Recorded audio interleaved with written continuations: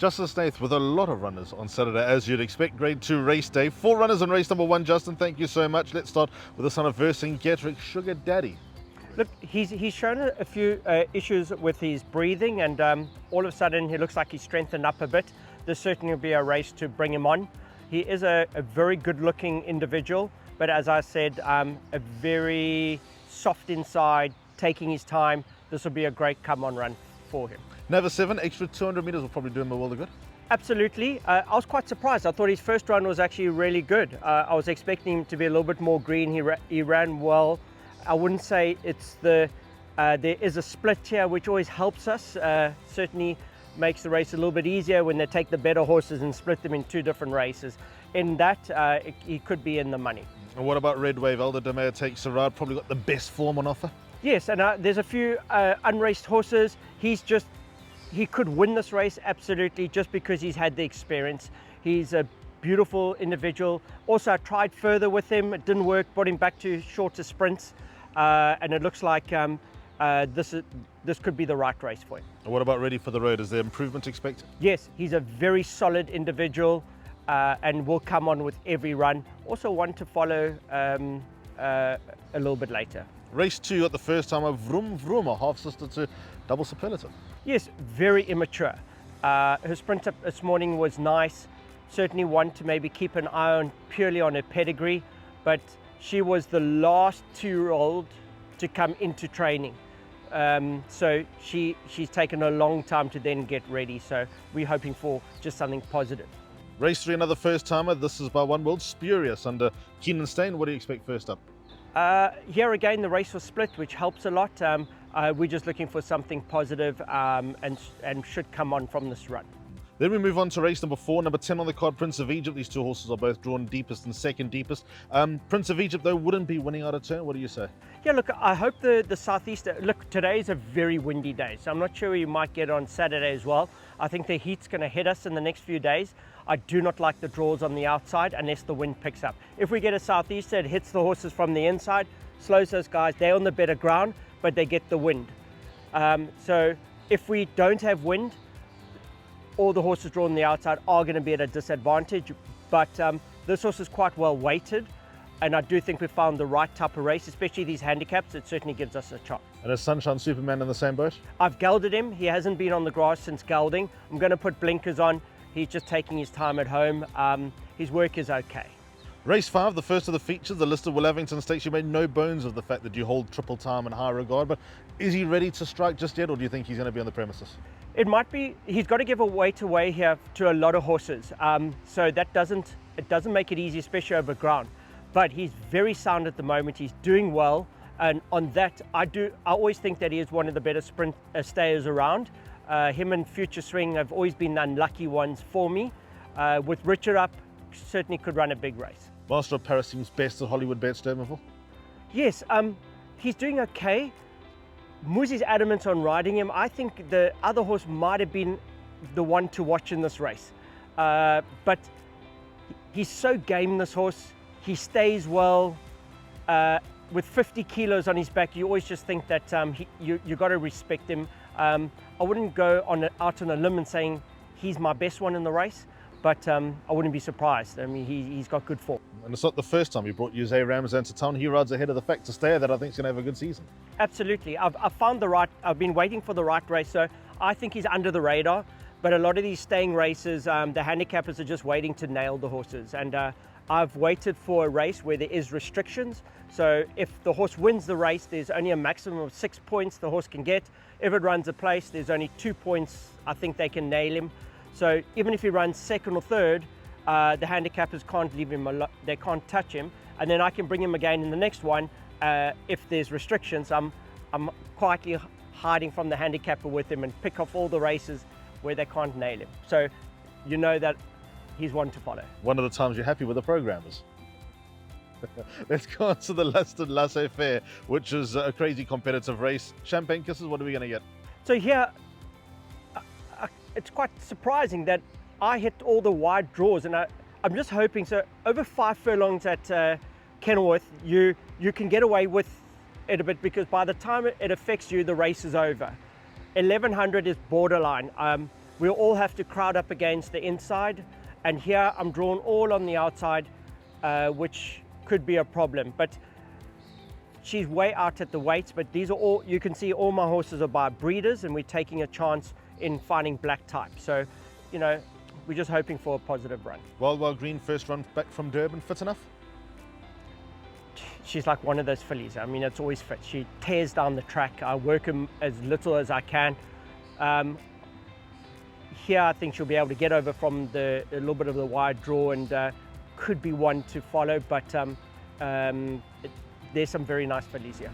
13 Pink Pigeon, probably got better days ahead of her. Oh yes, here's one that every time the riders ride her, and I know Richard, he's one that always sort of liked her.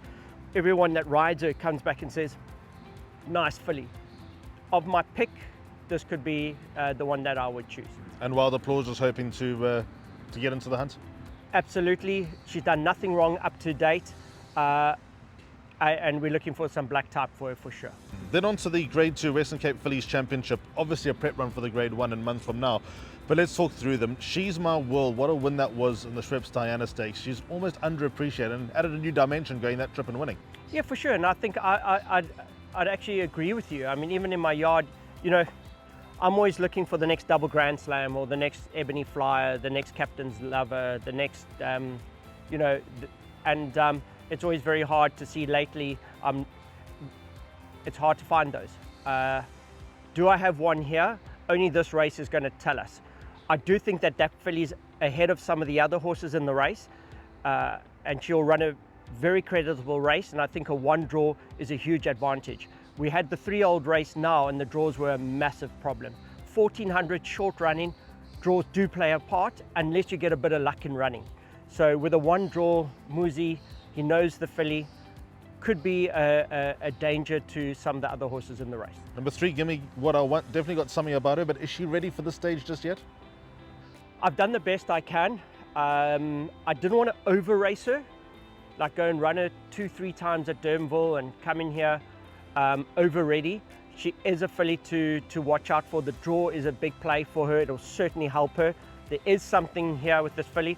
All these fillies I think are quite nice fillies, but it's who's the best. So there's only one way to find out. Stick them in a race and let's see. But there's more to come from this filly. What about Lowfelt Lily under Corne Orpha? A lot of people look at the last run and say, oh, this filly got beat. Very hard for a 3-year-old filly to run against horses like, if you like Symphony and White later on in the day or in the 1100, how can you not like this filly? They literally ran almost at level weights and there wasn't much in it. And to be honest, this filly was looking for a bit of, she couldn't get through. She was bulked in the race. Very interesting runner and no slouch either. Wouldn't be surprised to see her run in the money here. And Wishlist, she looks very nice. She's lovely, but unfortunately from that draw, I'm going to ask Schmanger to give her a chance because there's no ways we can go around the field. If you can't go around the field, drop out to the back of the field, run on, and you never know what might happen. One for punters, watch the race. And if you feel that she runs on strongly through this field, trust me, in a long run in over a mile, could be the one to watch. There's a hint. The final feature, the Grade 3 Cape Mile 3 runners here. Number 3, Magic Verse, what a soldier. Exactly. I think this is quite an important race for him. There are a couple of horses coming back here from slight rests. His comeback run was what I thought was a very high standard. Could be the one that could run a big race here, and I think he's got a lot going for him into this race. Gets impressed, also capable? Yes.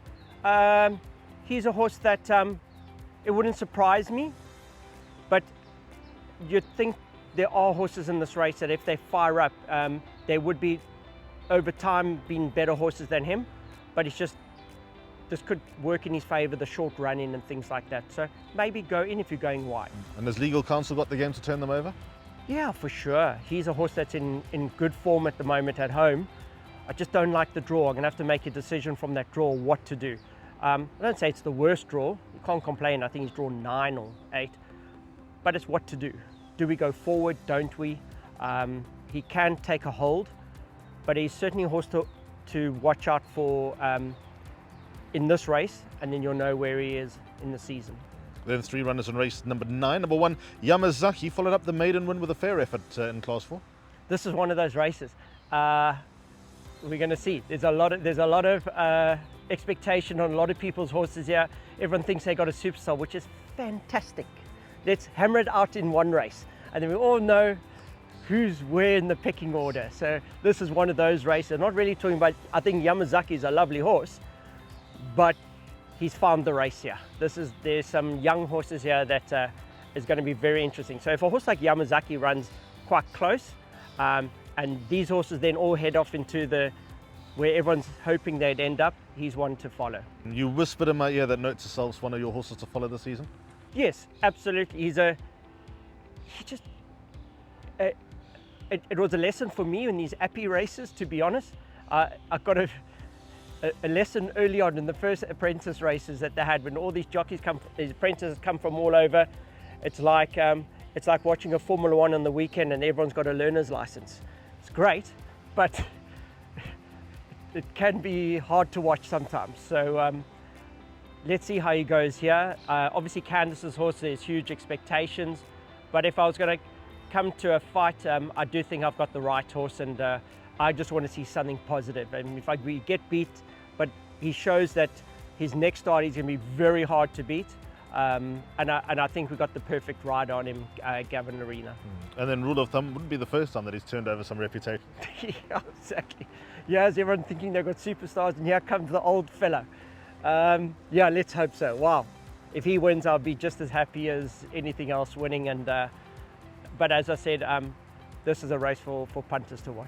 And then final race, 3 runners again. Number 1, Sendai. Always been a bit of talk about him, but hasn't delivered yet. So what happens is, Alistair, he runs, but he's got his head up and his hindquarters haven't come through, and it looks like he's scrounging. I'm hoping over time, when we hit to the long straight, you're going to see more from this horse. Let's see here, but I only think we're going to see the best of him when we hit the long straight. Green Choice winning chance? Oh yeah, for sure. I think he'd be, unless there's something really good in this race. But I don't like a horse that keeps getting beat. He's got beat twice or 3 times in a row now. That does always concern me. But if there's no superstar, he'll be my best bet on the card. So let's hope.